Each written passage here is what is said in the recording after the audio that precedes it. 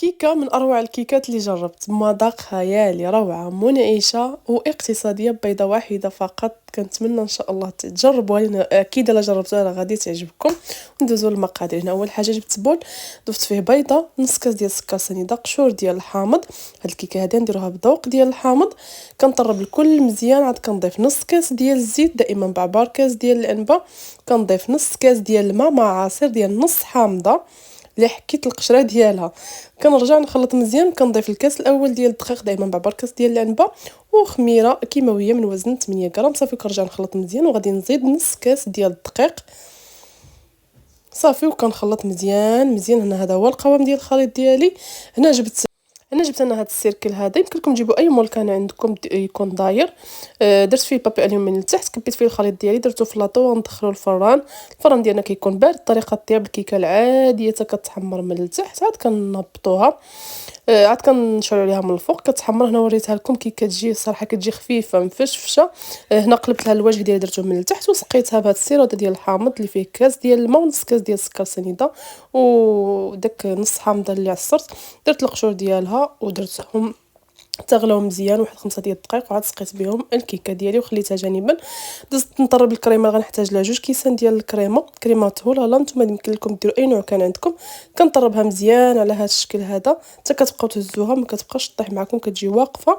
عاد كنديروها من فوق الكيك ديالنا. كنحاول نقاد لها الوجه ديالها مزيان على هذه الطريقه هذه باش تجي مقاده على هذه الطريقه صافي. هنا قديت الكريمه ديالي نخليها جانبا تبرد، دخلتها للثلاجه ودزت نحضر الكريمه اللي تجي من الفوق فيها كاس ديال الماء، كاس الا ربع ديال الماء مع عصير ديال نص حامضه اللي بقات لي. ضفتها ودرت 2 معالق ديال السكر سنيده ودرت معلقه ديال الكريم باتيسير ديال بالذوق ديال الحامض، فيه الذوق وفيه اللون كذلك. ما كانش متوفر عندكم الكريم باتيسير ديروا نشا وديروا نكهه ديال الحامض، معلقه كبيره عامره مزيان. درتها فوق النار مع الاستمرار في التحريك مزيان حتى عقادت، حيت فوق النار ضفت لها كما شفتوا راس ديال المعلقه ديال الزبده وخلطتها حتى دابت داك راس المعلقه ديال الزبده. وعاد كنكبها من فوق الكريمه ديالي على هذه الطريقه هذه. كنكبها غير بشويه، كنحاول نوزعها على الوجه مزيان على هذه الطريقه حتى كتجي مقاده. وكنخلي شويه من الكريمه اللي درت في الاول، كنخلي منها واحد شويه وكندير بها هاد الخطوط هادو كما كتشوفوا.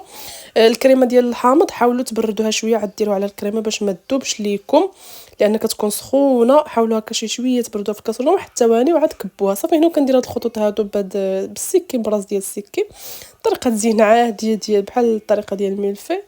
صراحه كيجي تزيين لي بسيط ولكن واحد المذاق كتجي في هذه الكيكه رائعه. انا خليتها جانبا بردات تقريبا واحد 30 دقيقه وعاد قدمتها معكم على هذا الشكل. كتجي رائعه لذيذه منعشه صراحه، رائعه من اروع الكيكات بالفعل اللي جربت معكم. هنا قطعت معكم هذه القطعه باش تشوفوا القوام ديال كي كتجي دايره. نضرب لكم موعد فيديو جاي.